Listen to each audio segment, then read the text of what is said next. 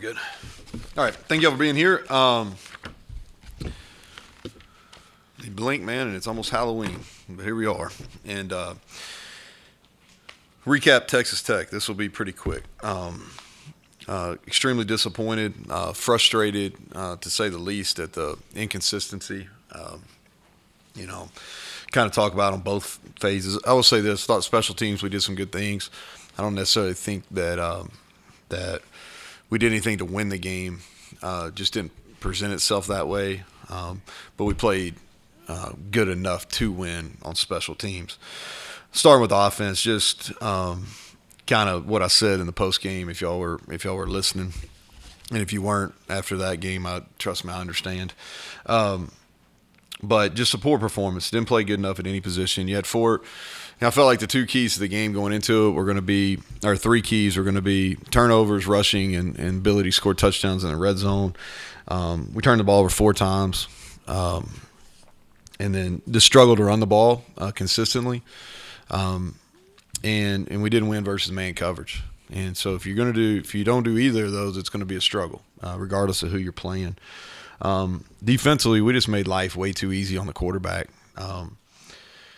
Had well over 100 yards, just throwing now screens, kind of catching throws. Quick game was easily accessible, and so and we were slow to fit on the run.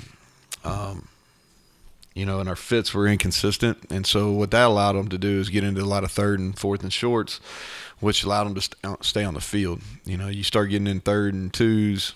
And if you got a 4-down mentality, it makes it a pretty easy game to call. And then 4th and 1, there's, it's they were tempoing, and so we actually got lined up. Our tempo, it wasn't necessarily getting lined up. We've had some issues in the past getting lined up versus tempo. That wasn't the case on Saturday. We just didn't do a very good job tackling, and we made it way too easy on the quarterback. So that's kind of, and if y'all got questions, we'll take them here in a second on that game. But that's kind of a synopsis. But it wasn't good enough. And so the way that we've talked it is we're back to work. I refuse to accept that's who we are. That's not who we were against Baylor here. And I refuse to accept that's who we are as a football team.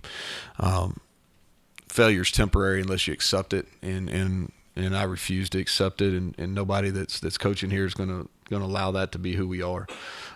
We got a great opportunity this week. We got the number 1 team in the Big 12 coming in, number 7 in the country. They're undefeated.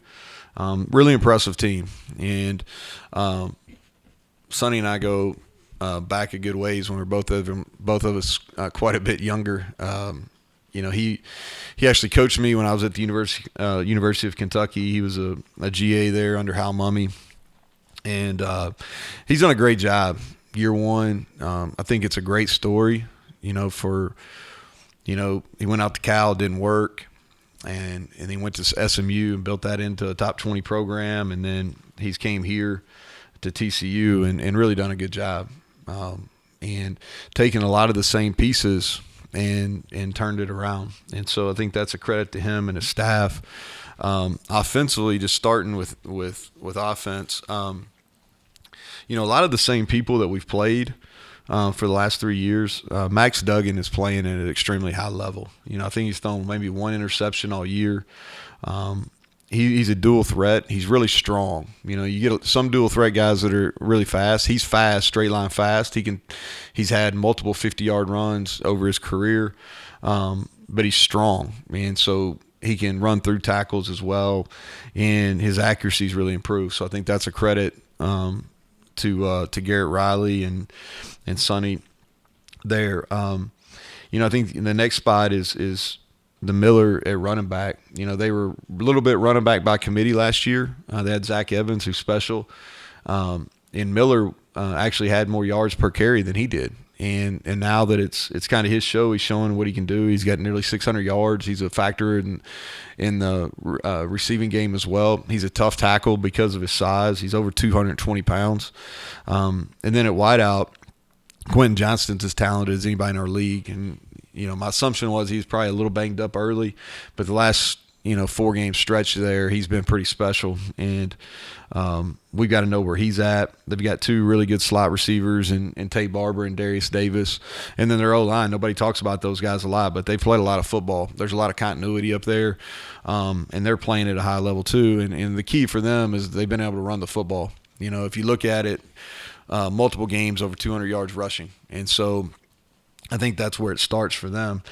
Defensively, I think you got the completely different look than what they had under Coach Patterson for a long time, and they've came in and I think done a really good job. They're playing a 3-down front. You can tell the kids are playing really fast. It's from an alignment and an assignment defense. It's simple for them, but it's complicated to play against. They don't get out of position. The 3 down guys are doing a really good job of eating up your offensive line, and then the linebackers are playing really fast. I think that D. Winters and the Hodge, both their middle pieces are significantly improved from a year ago, and then the transfer from Navy, Hodges has been a really physical player for them. And then in the secondary, they've got a bunch of different pieces, and they do a good job of mixing up looks. Tomlinson's back. He's been an all Big 12 player here multiple years, so really good on that. And statistically, they've been good as well. And then in the special teams, Jordan Sandy's their punter. They haven't had any punts returned this year. It's all been fair catches, which tells you about his hang time. And then Darius Davis is probably the most dangerous returner in our league at the punt return and kickoff returner. The kid at Kansas State's really good too, but he took one to the house against us last year, and so we've got to be really good in our coverage units this week. So that's kind of who they are. A challenge for sure, but we're back at home, and we feel really good about playing here. It's a noon kickoff, and we will be better. And so with that, I'll take questions. Neal, start with your injuries. You've got a lot. So we got a lot. Yeah. Anybody in particular, Greg, that you want to know? Some of the ones from this past week, from Wyatt Milam, your running backs. Start with them, I guess. And so I think that Wyatt, we'll see how he goes. Feel pretty good about him playing in the game. Tony will be out. Justin, we'll see as it goes. Gamitter will be out again. Who else on defense? Charles Woods. I think he's going to practice today, and he'll be available. And we're hoping he can play a few more plays. We've messed with his orthotics a little bit, so we feel a little bit better that as long as he does okay today and Thursday and Friday, then he'll play. Limited. Sean Martin played. He got injured against Baylor, came back, played, and he should be closer to full speed this week. Rashad Ajayi will be out. And then McCormick, we're hoping to get back this week. Yeah. Anybody, if there's anybody else that you got? Ones I can think of. Keenan, you got? Anybody? With Gamitter, was that like a thing in practice leading up? Nah, he got injured right at the end of Baylor game. Yeah, and so he missed last week. He'll be out this week, and we'll kind of see how he does moving forward. Lance, he'll be out this week.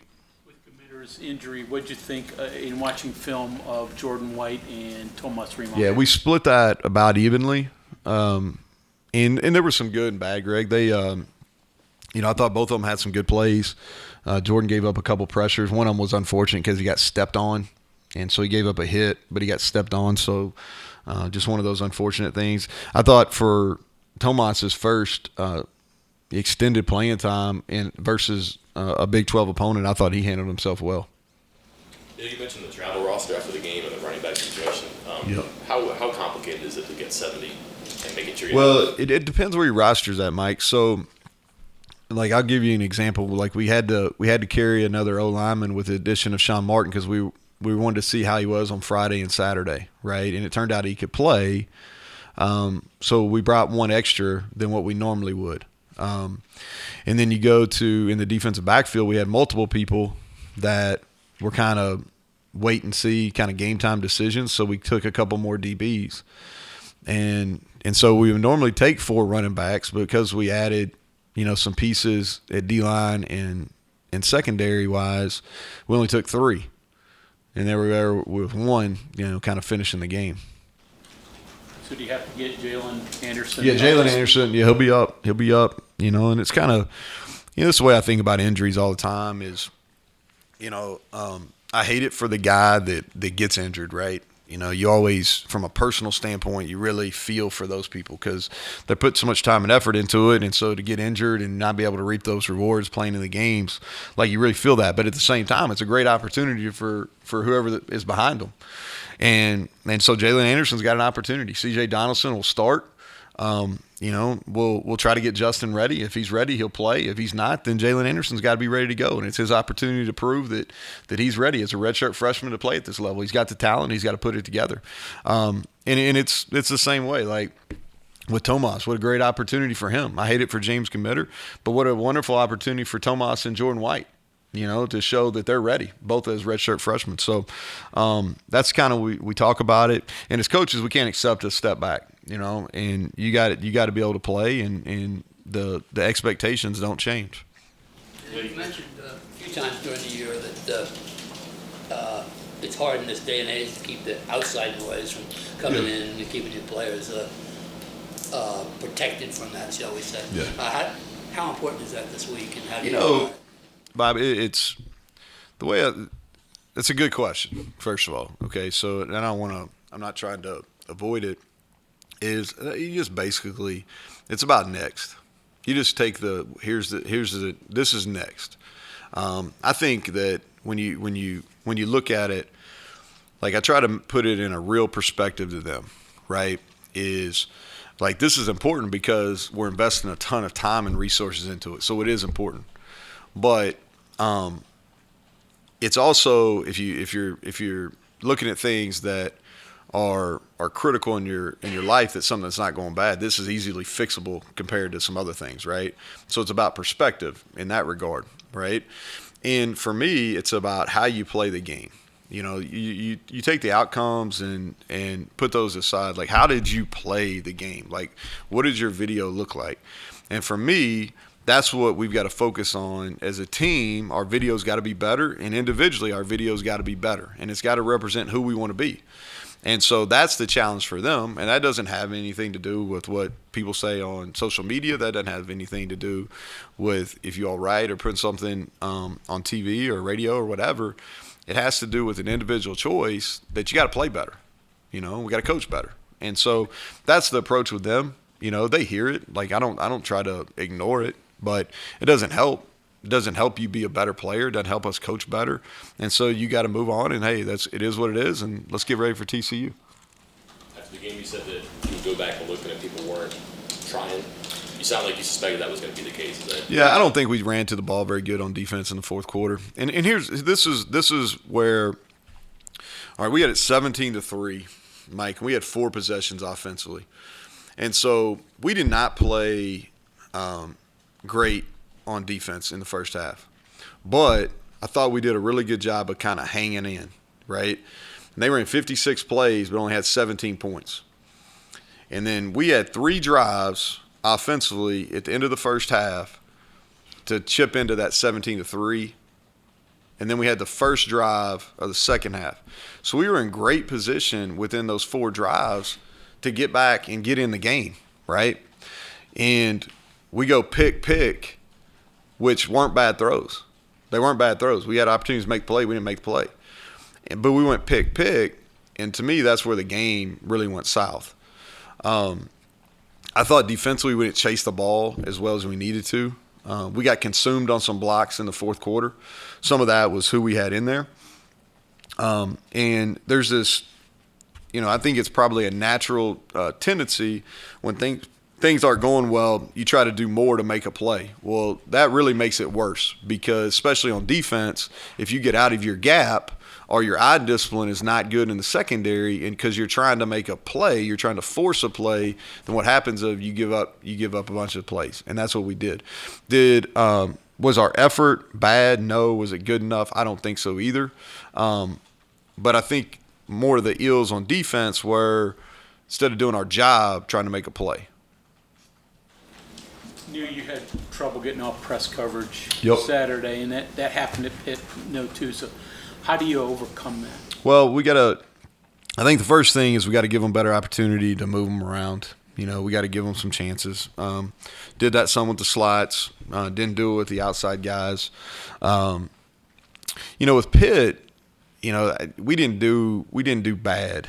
I don't think we did great, but we didn't do bad. I thought Bryce won. He was the one that won consistently. We really didn't have anybody that won consistently versus Tech. They're longer. They're both 6'2" plus guys that played. But to me, it's a fundamental issue. We didn't do a good job meeting their physicality, and we got to own our space. We got pushed off our line. I talk about getting pushed off our lines. We got pushed off our lines. So if you're getting pressed, from a player perspective, we got to do a better job meeting their physicality and using our hands. From a coach perspective, we got to do a better job moving the pieces around where they got a chance to get some free releases. Neal, you mentioned, kind of flipping the page and moving forward, getting better. Does the opponent itself this week kind of help that in a way? Yeah, I think so. I mean, if you don't play well, you're going to get embarrassed by this group, and they're playing. I think it's impressive. I brought this in here just they've played Kansas State, who was tied for first in the league. They win last week 38-28. And I want to say, were they down 28-10? Yeah, they were down 28-10. They beat Oklahoma State, who was in the top 10 in the country, tied for number 1 in the league, winning 43-40. They were down 10 in the second half. At Kansas, they win 38-31, and they fell behind in the second half in that game, and Kansas was undefeated at that point, and then they beat Oklahoma, who was had one loss and was ranked at the time. Those are the last 4 games, 3 of those being at home. And they showed that team showed real resiliency, and they've played well, especially in the second half. So does the opponent, the fact that they're 7th in the country, the fact that they're at the top of our league, if that doesn't get your juices flowing, you're probably in the wrong thing. You probably need to do something else. Coach, Bob was talking about cutting out the outside noise. Just obviously, a program like West Virginia with so much history, you do have a lot of prominent alums that have very large platforms. In particular, Pat McAfee on game day. Were you aware of what he said on Saturday, and was that brought up at all with the team or addressed in any regard? He was pretty critical. No, I didn't see it. The last 4 years. No, I didn't see it. Can't speak on it because I didn't see it. And then just to clarify also off of your comments after the game, there was nothing that warranted anybody being quote unquote benched off of effort. No, we just didn't play. We didn't play as well as we needed to in the second half. When I say I haven't been on social media and I haven't watched TV, I really mean that. So I got no idea what Pat said. The past couple games, kind of similar with its own ways, like slow starts, right? Recovered against Baylor. You talking about Last 3 guys. Yeah. Recovered against Baylor, but I'm wondering if maybe it's not as simple as home and away, but maybe it's more resilient at home, I guess. But have you seen things, whether it's those 3 games that are similar that can contribute to that, and then road in particular, anything about the road performances? So the last 2 road performances have been poor. I think that's fair. Offensively, Baylor game probably, I would agree with you on Texas and Texas Tech with slow starts, but Baylor we got off the field defensively on the first drive and then scored the first drive and went up, right? And so, but the 2 road games, that's for sure. We've had slow starts, right? We went 3 and out. Against Tech, we went, I think, 4 or 5 plays and had to punt first series versus Texas. So that is fair, and then we've got to look at what we're doing. We played it well on the road against Virginia Tech. Didn't play bad versus Pitt, but the last 2 haven't been good enough. Is there any common theme you can figure out, or is it just, obviously it's harder to win on the road, but Yeah, no, I think the last 2 opponents, they're good on offense, right? So I think let's give credit where credit's due. They're good. They're good on offense. It's they both hit us with some quite a bit of passing yardage. So I think those two things are factors. And then from an offensive standpoint, we just didn't play well. Like the whole game at Tech and the first half versus Texas didn't play well. And it's all for us. It's always going to be this year. It's going to be, can we establish a run? Because we're not good enough to be one dimensional. So we've got to be able to run the football, and we've got to be, and we've got to make that happen. Coach, you're talking about wanting to show what this program really can be or what it is. I mean, in all seriousness here, how big is this week? I don't know. Like, we just need to play better. I don't ever look at like one game and say, oh man, like to me, we just need to play better. Like we played well against Baylor. That's a good football team. I think they'll go and run off some wins here and kind of show everybody that. But we just got to play better. That's the disappointing. Like I can deal with outcomes. Like I can, if they beat us and we played and we really played like we're capable of playing, they beat us. Hey, I can. Hey, it didn't go our way, right? But to play like that, to put that on video, like that we can't. We ain't gonna be about that. How would you say the receivers play? Just an evaluation of the receivers, and then obviously JT is a really, really even keel guy, and I would imagine it's just a thought process. He'll just bounce back. It was first 3-pick game of his college career, so it's kind of a weirdness for him. Yeah. So he's got to bounce back, right? And he is even keel. I don't think it'll really hamper him getting prepared for this week. He didn't play as well as he needs to play either. He was off a little bit. The one thing about those interceptions, they were all 3 one-on-ones. And when you throw into one-on-one, you got to have the expectation that your guy's going to come down with it or it's going to be incomplete. And so in those 3 instances, they were 3 picks. One of them fell down, and then the other 2 just made plays. And we've got to be able to either break those up or make the plays. As far as the receivers, we got to be better. There were some things that we did well. I thought Sam James, he had a drop, but he played well. Played a really good field game. And that's 2 weeks in a row that he's played really good field games. But we've got to be more consistent. I think the receivers in our team as a whole, we've got to be more consistent.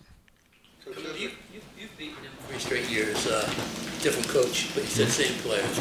What's the dynamic there as far as do you throw it all out? You probably do every year, I guess. Yeah, it's all different. It's different. Our guys know that. Our guys are aware of that. We'll be confident going in. I don't think it's a deal where, the thing that's hard to sit up here and kind of explain is like the mentality for people, most of you all sitting in here and myself is different than that it is for an 18 to 22-year-old athlete. It's just kind of, boom, it's next, because that's how their whole life is you go from practice to the next practice, and you have workouts, you have dinner, you know what I mean? Everything's so structured. And so the mentality is next, right? And so they're not sitting around like lamenting Saturday as much as probably I am or some of the coaches are. It's kind of what's next, right? And so they're going to go in. We'll put a really good plan together. They're going to get ready to play this week, and they'll play with a lot of confidence. And I have full belief that we'll play a lot better. But they're aware of that, but that's not something, Bob, that I'll address with them really. Coach, there's a good group of running backs in the Big 12 this year. Obviously everyone knows about Robinson at Texas, probably Vaughn at K-State. Oklahoma always has a good one, it seems like. Miller at TCU, is he maybe the best one that no one's really – Nobody's talking about him as much as he deserves. Yeah. And I kind of felt like the same way last year. Everybody talked about Zach Evans, and he was a really good player, but Miller was every bit as productive, and he's a really hard tackle, and he kind of wears you down. I think I saw Sonny saying something about that too, is he kind of wears you down as you go, because he is a load, and that's a little bit what CJ does too as he gets going, because those big backs, they're hard to tackle, and they lean on you for that whole game. The later it gets, the more carries, the more times you have to put your face on it. It's hard. But he's really good in the pass game too. I don't think that gets talked about as much. He's a really good player, really good all around, and I don't think he gets the attention that he deserves. That's fair. I'm kind of wondering, I mean, obviously Duggan gets a lot of attention, but I mean, how much of a key is Miller? No, Right? he's huge. They've been able to rush the ball for 200-plus yards in a lot of these big wins. The thing that Max Duggan's doing is taking care of the football. He is taking care of the football. If you win the turnover margin, you got a chance most of the time in our league. If you go back and look at who wins and who loses, that turnover margin usually tells a story. I noticed this offensively, 8 of their 11 guys have started every game. And defensively, 10 of their 11 guys have started every game. That's kind of an oddity this late in the season to have that kind of. I think when you go on some of these special runs, that happens a lot. I think that's, and they're on a really, they got a chance to have one of those special runs. And if you look at it, a lot of times when you do that, it's because you're able to stay healthy. Neal, on screen passes, just curious, like what you guys saw to kind of go to that as often as it did. Maybe it's checks, I don't know. And then perhaps the difference between what you guys were trying to do and what they were trying to do, whether it's offense or defense, and maybe playing too far off, or like you said, not being aggressive enough. Yeah, I think that's fair. I don't think we were aggressive enough on defense. I think that's fair. As far as us on the screens, that was something that that was something going into the game that they had really struggled with. And we've been really good, in the screen game. Going into that, we were like plus 10 on every screen that we threw. And we felt like they were going to pressure and play man. That's a good answer versus pressure man is going to the screens. And we didn't do a good enough job of getting – we were really close. Not that that's what people want to hear, but like the first play of the game, we kind of get shoestring tackled. Sam had 2 positive ones. The other one he had – the ball was behind them a little bit. Those are bang-bang plays, and they were really close to being big ones, but they weren't, And, like, we had some big ones versus Baylor and some blitz looks. And so but that's something that we believe in, and that's something that matched with Tech had really struggled with that. Their D-linemen weren't necessarily a D-line that retraced, and you want to run it versus those type of guys. But we just didn't execute them very well. TC runs a lot with big guys, small guys, tight ends too. I know it has to be better, but what changes do you make? Yeah, so we got to play closer to them. I think that's the first thing is we can't make this an easy catch throw. Because what that does is kind of like a basketball player who gets fouled early and gets to make some free throws, or you get a layup, and then you're kind of in rhythm. That's the same thought process for a quarterback. If you just give them layups, and then they get in a rhythm and they feel like their confidence builds. They can make all the throws, right? So we got to make it harder on the quarterback. We didn't make it hard enough on the quarterback on Saturday. Thanks, Coach. Yep. No, thanks.